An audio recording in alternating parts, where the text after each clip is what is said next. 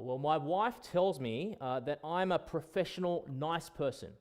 She tells me, you're a professional nice person. You're kind of paid to be the nice person, to go and talk to people, to take initiative in conversation, maybe to be a warm and welcoming presence. You're a professional nice person. And so there are some kind of downsides about being a professional nice person.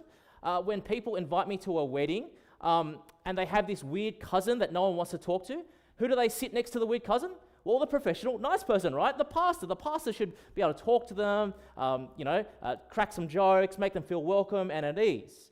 Being the professional nice person, it's a bit challenging sometimes because you meet all kinds of people. You meet people that talk too much. You meet people that talk too little. You meet people that are a bit self-important, or you meet people that are just plain weird and awkward. But regardless, in each and every situation, you have to be the nice person, smiling, chatting, caring for them, welcoming them, whatever is happening. I'm pretty sure that some of you are glad you're not a professional nice person, because sometimes you know that kind of person that is a bit awkward or a bit difficult to talk to. Maybe it's a co-worker or a neighbor, or maybe, if you're honest, a church member. And sometimes you just like to escape, to avoid that person that you don't really like, or to ignore them. Maybe you just want to stop responding to their texts. Sometimes, if we're honest with ourselves, we kind of like a bit of freedom, right? Freedom to choose the kind of relationships we have. Freedom to opt in, or sometimes to opt out, according to our convenience. As I said, Paul is writing to a church in Ephesus, which is kind of modern-day Turkey, and he's talking about what relationships look like. And he's kind of speaking to them, recognizing that life in a church can be difficult because there are all kinds of people in the church. And if you spend long enough in a church, you'll know that there are some people you really like, some people that are okay, and some people, they're a bit annoying, or they offend you. And so you don't want to be stuck in a conversation with them over morning tea. You'd rather just be able to walk away. But as Paul unpacks what it means to have a relationship with Jesus, he reminds us this morning that each and every one of you in the life of the local church are to cherish the rich diversity of the people in the local church. Let me say that again, if you're kind of taking notes, that you are to cherish the rich diversity of people in the local church.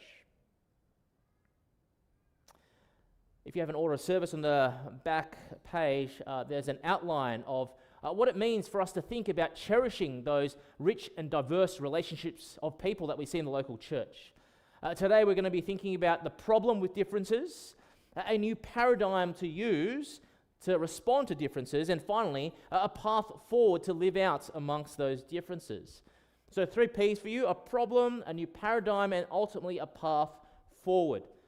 What does it mean to cherish the different kinds of people that you meet, especially in church? Let's look at the first one, a problem with differences. Generally, I think you'll agree with me that having the same thing is not always great. It's not always great to have the same sauce. A bit of diversity is good. Tomato, barbecue, a bit of mustard, a bit of sweet chili. Diversity is good. It's not great to have the same thing for lunch every day. After the 3rd or 4th day, you probably get sick of it. Maybe for some of you, to holiday in the same place each and every time you go on holidays is amazing, but for many, it's a bit drab, it's a bit boring. We like the idea of diversity of options, and especially when it comes to people and relationships, right? C.S. Lewis, that famous British author, had a friend who passed away amongst a group of his friends. And he thought, that's really sad, but I'll be able to spend more time with these other friends and be able to enjoy them more richly.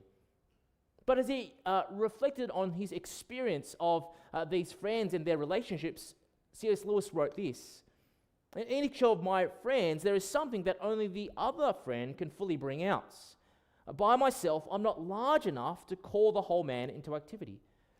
He's reminding us that in a group of people, there are certain people that laugh only when certain people talk or crack a joke. And it's only those people that can bring out certain aspects of who we are. Diversity is really important, and you'll kind of agree with me.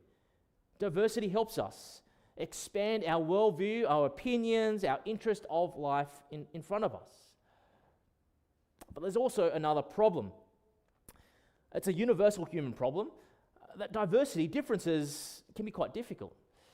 If you're familiar with America, there's all kinds of differences. People that think you should carry guns and people that think you should ban guns.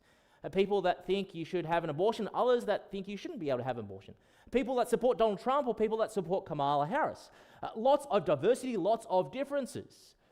But it's not just America, even in Australia. There's a difference between those that are easygoing, those that are a bit uptight and anxious, those that are family-oriented and those that are oriented around their careers, those that love nature and being outside, and those that just want to stay inside and watch Netflix all day long. Each and every day, you confront people with differences. And in our passage today, we're seeing one of the differences come up between Jew and Gentile. So Jewish people were those that were God's people that had the law that God had given them, the Ten Commandments amongst other things, and Gentiles were essentially non-Jewish people. And so Jewish people were marked by the things that they did, their religious rituals, circumcision being one of them, sacrifices that they would make, certain food laws that they would follow, festivals that they would participate in. And you'll see in our passage today, Paul is talking about the differences. Do you see there, verse 11? He's talking about the Gentiles on one hand who are uncircumcised and the Jews on the other hand who are circumcised. And there's a bit of animosity between them.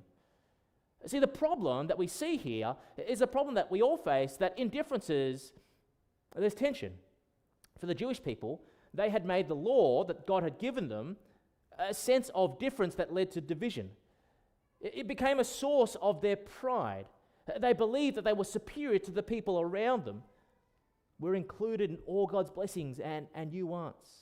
We're blessed and you're condemned.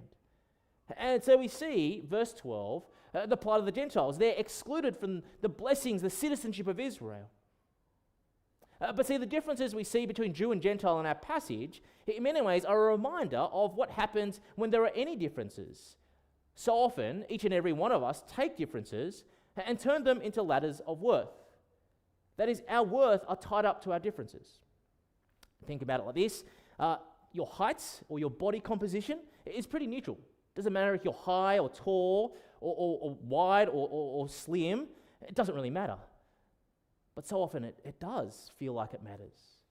Taller people are those that are esteemed. Skinnier people are those that are praised. And so the differences that we see in this world are so often differences that lead to division, that make us kind of feel better or worse. And because of that, there is division amongst people. I didn't realize this when we had kids. There are all different ways or approaches to help your kids to sleep, right?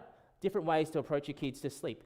So some people, they do what is called control crying. They put their kid down and let them cry and try to encourage their kid to kind of regulate. So you go in every 10 minutes, every 20 minutes, kind of give them a pat and then walk away, and they cry, but they're supposed to learn to kind of regulate.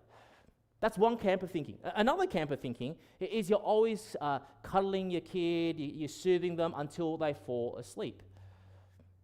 This has polarizing opinions. On one hand, people go, what kind of monster are you? How could you let your kid cry to sleep? On the other side, you have, how could you coddle your kid to sleep? They're not going to regulate any emotions. They're going to grow up emotionally disjointed. What kind of parent are you? What monster are you? Differences of opinion about how you sleep your kids are led to different divisions of people and how they think, well, they're better than the other person. I'm a better parent because I've chosen this path of parenting. Whatever you want, there are so many divisions or differences in this world, and so often those differences lead to some people thinking they're better than others. This Jew and Gentile distinction is a distinction or difference that we find everywhere, depending on whatever differences we have. And so the question is, how do we find a sense of peace, or a unity amongst differences?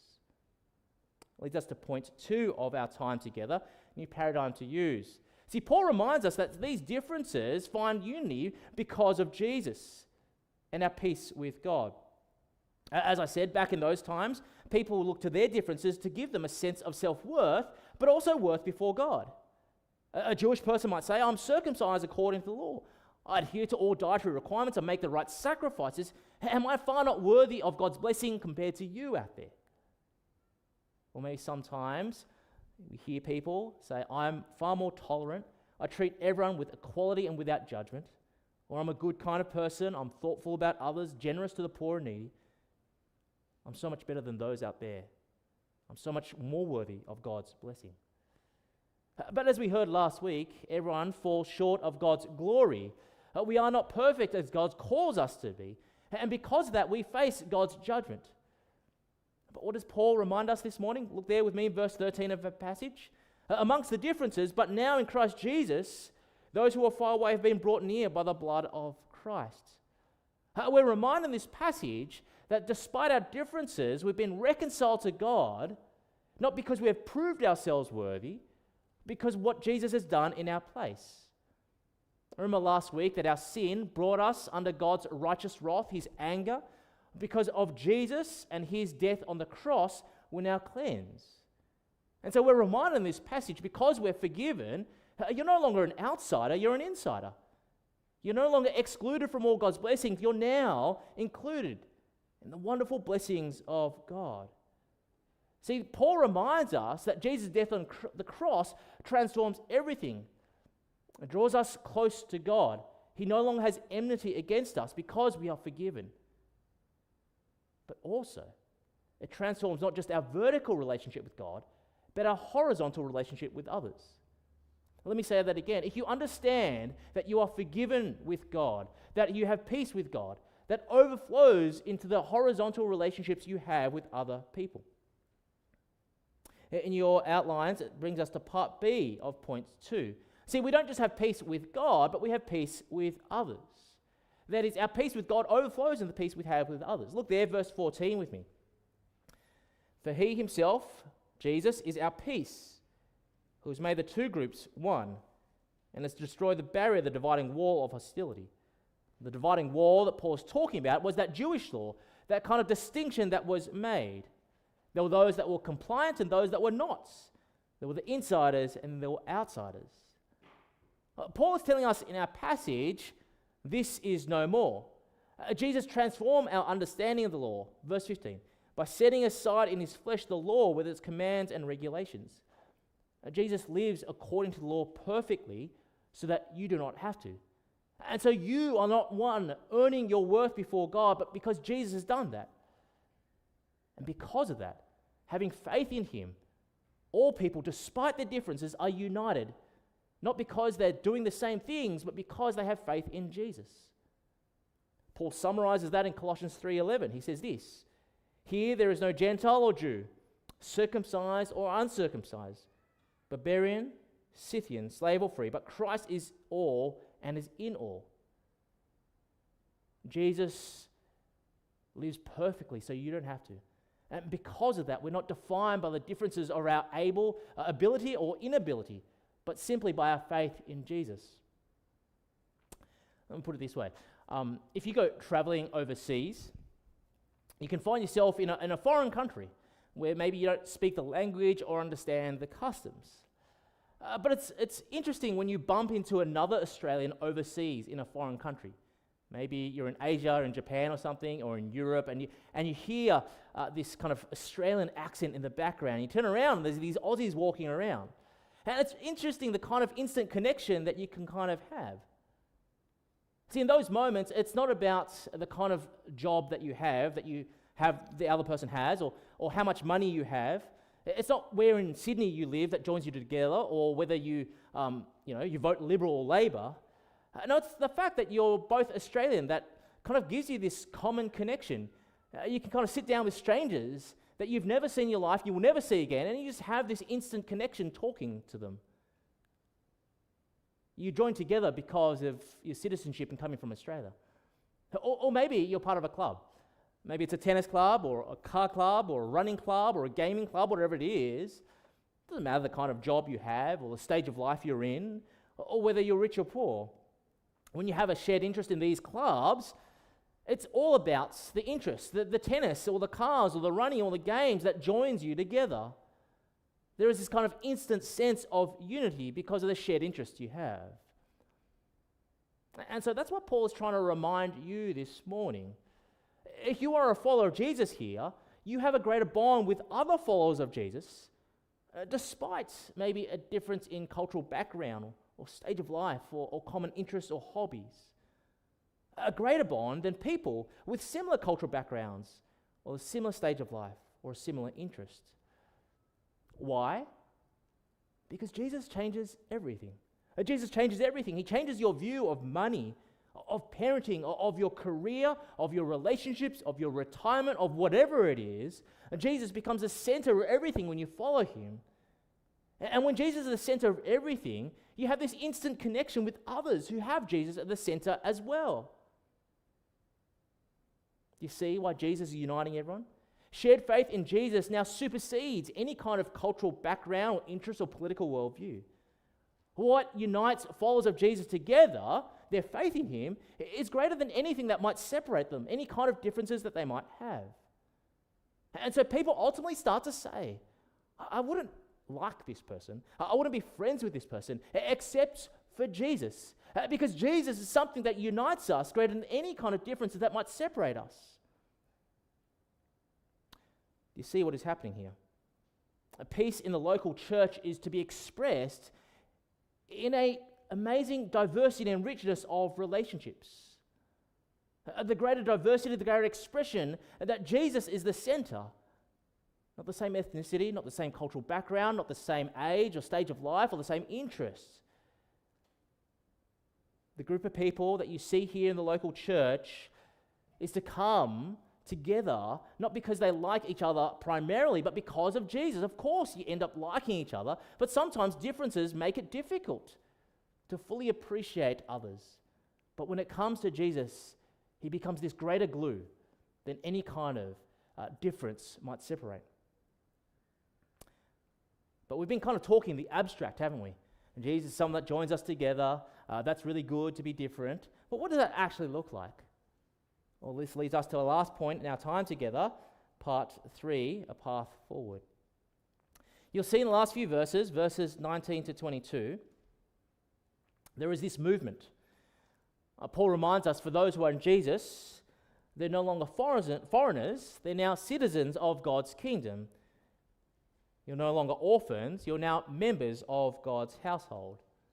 You're no longer rejected, but now you're a precious stone, being part of God's holy temple. And it's this kind of movement that Paul is trying to help us to understand life in the local church. It's this movement that starts to articulate and describe what it means to express this rich diversity that Paul is talking about. And so there are 3 things that I think we are reminded of what the local church looks like. So the first is that the local church welcomes everyone. The local church welcomes everyone. See, we're reminded that in the gospel movement, you once were excluded, but now you're included. You were an outsider, but now you're an insider. See, we're reminded in this movement that in Christ, you are welcomed, you're loved. And so consequently, the life of a believer is to reflect or to parallel this experience that we have when we've been welcomed by God. We're to extend hospitality. What does hospitality mean? Well, literally translated, it's the love of the outsider, or I prefer the love of the strange one. That's what hospitality literally translates as, the love of the strange one. And so it's this idea that in the local church, whoever walks in the door is to be welcomed, embraced. You want to first ascertain their stage of life, or that whether you have the same interest, or whether they know someone that you know. No, regardless of who they are, you warmly embrace them because you've been embraced by God. That might look like you go sit next to them if they're new. It might mean you sort of greet them after the service, introduce yourself.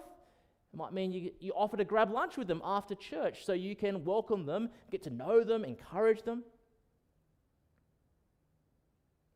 I love visiting churches when I go on holidays. It's one of my favorite things to do. I just like not having to be the professional nice person, to kind of just sit there. I like seeing new churches. But one of the things I do, I play a game. At the end of the church, I just stand there and make no effort to talk to anyone and see how long it takes for someone to come talk to me. So it's a game. I time them in my head anyway. And I'll just say, how long will it take for someone to come talk to me? And then when it gets a bit awkward, past like 30 seconds or a minute, I start looking at the ceiling, hoping to look really awkward so as to attract people. And it get really bad, I'll start taking out my phone because I can't bear it anymore, right? So some churches are amazing, like even before you can like start staring at the ceiling, they're talking to you. But sometimes it's really awkward and really bad. I have to go to the toilet. Like that's like plan D to kind of break the awkwardness of not being welcomed. Penshurst Church, I pray that we'll be a church that embraces everyone and anyone that walks into our door. This is what it looks like to be a church that is united by Jesus. We don't just approach people because, hey, they look like they have the same interest as us or they're in the same stage of life, though that might help. No, we move forward towards others because we've been welcomed by the living God. And out of that, we overflow into loving and welcoming and warmly accepting anyone that comes into this church. So the first one is that we're a local church that welcomes people. The second is that we're a local church that pursues a rich diversity. I'm not sure if you were to go to a new church, what kind of church you'd like to go to or which church you'd pick. Often when I talk to people, they go looking for people that are like them. Maybe the same stage of life or the same cultural background or the same interests. They want to be at a place where there are others that can relate to them and they can kind of connect. But I think as we look at this passage, our primary motivation is not primarily to find people that are like us, but people that love Jesus. People that will help us grow in our love of Jesus. Let me explain it like this. See, at church, you'll find a retiree that's wrestling with anxiety because they're facing difficult health conditions and they're seeking to trust Jesus and rest in God's sovereign care. At a church, you'll also find a parent wrestling with anxiety. But their anxiety comes because they're trying to figure out the best way to raise their children and whether to let their children cry or not cry when they put them to sleep. And they're trying to think about what it means to trust in God's sovereign care. See, the thing that binds these two people together is not because they're at the same stage of life or they have a shared love of butter chicken or they both vote for the Labour Party. No, the thing that binds them together is their shared love of Jesus. And so they find themselves drawn together, encouraging one another to trust Jesus amidst the anxiety that they feel, discussing and encouraging each other about how God has provided for them, and encouraging each other to do the same, to pray for one another. So you might put it like this. Diversity in the local church becomes an expression of people's faith in Jesus. If people there really love Jesus, then they're drawn together despite the kinds of differences that might separate them in life outside the church. It's so common when I talk with people about pursuing some kind of diversity in local church, they say, well, what do I talk to them about? What do I talk to them about? And so maybe you just talk to them about the thing that you have in common, Jesus. You might ask them, well, how did you come to know Jesus? Or you might say, well, where's God been at work in your life? Or you might ask, what's it been like to be a Christian this week? Or you might say, well, how are you doing? How can I be praying for you?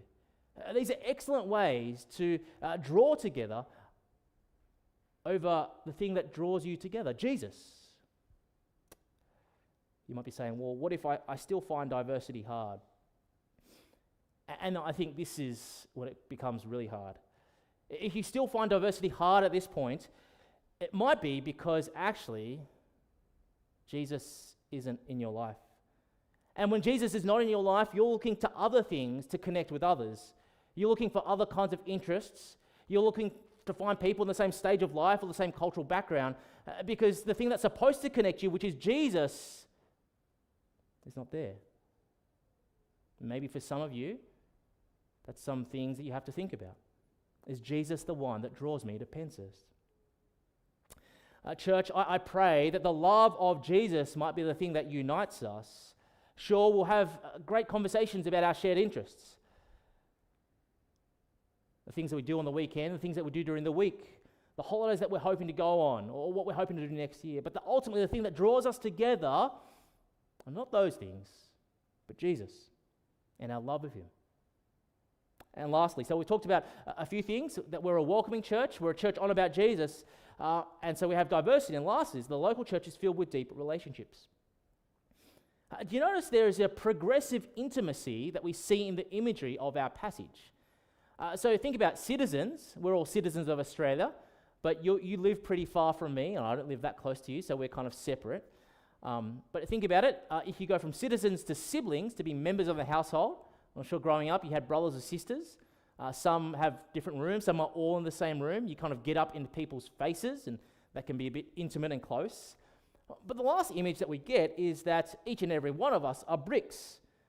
I'm not sure if you've seen bricks, they're pretty close. Far closer than having to sleep on the same bunk. They're kind of squashed together. It's this increasing intimacy that I think reflects what life is like in a local church. There's not only a rich diversity, but there is a profound depth that people have in the relationships you have with people at church. People aren't at arm's length, but you're squashed against each other like bricks. Squashed together so you know others. You're close enough so you know when people rejoice and mourn, and so you rejoice and mourn with them. You're close enough that you know when people are going through difficult things or rejoicing about amazing things, and so you rejoice or you mourn with them. You're close enough that you have to forgive and that you have to be forgiven, because that's what happens when you're close and imperfect and a sinner.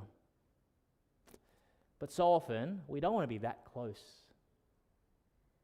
We want to pick and choose. We don't want to be locked into those kinds of relationships that are hard. If you saw an email that I sent out earlier this week about an article that someone wrote about this passage that talks about relationships. And I want to read a quote from the article. His name's James Wood, and he says this. He thought commitment was for suckers, I was convinced, he says. But what I eventually came to learn was that this safety was not so safe after all. Was I ever known? Did I even know myself? With whom was I connected in an enduring way? Was anything stable? Would anyone stick with me? Am I simply unlovable? Are we all alone? See, when you keep people at an arm's distance, you're not ever certain whether if you love them, they'll love you, whether they'll be there for you. It's only through the difficulties and the trials and tribulations of relationship with one another where you forge something greater than you could just be by yourself. And that's why I think that the local church is not just diverse, but it is deep. Relationships, life with one another, become a catalyst for your spiritual growth. It's through knowing others and being known by others that you grow. For each and every one of us, there will be a temptation to keep people at arm's length. Because as people are over there and you're here, you can kind of hide. You can avoid accountability. You can escape having to grow in patience or care or love for one another. But see, God is inviting you to something better today. Life together. Diverse and deep. And through it, He might do something that is a testament to the love of Jesus. Because apart from Jesus, you might never talk to one another out there. And so that's the call this morning, to pursue diversity in the life of the local church. And I'm sure there's at least one of you, I'm sure there's more, saying, I'm not too sure about this. I don't really have a bond with others. I prefer a more private relationship with God than talking about my stuff with others. To be honest, I don't really like a lot of people here. What do we do with that? Well, I think it's good to go back right to the beginning of our passage. Look there with me, verse 11. Paul says, therefore, remember. So each and every one of you was an outsider. You were excluded. But now, because of Jesus, you're an insider. You're included. You have all the wonderful blessings and privileges of being a child of the living God. You have been welcomed, despite how worthy or unworthy you might feel. And because of that, knowing that changes everything. Experiencing the love of God propels you outward to others. I pray that I won't just be the only nice person here, but that we'll all be professional, nice people, loving one another, being diverse, being deep. Let me pray that God might make this a reality. Let's pray.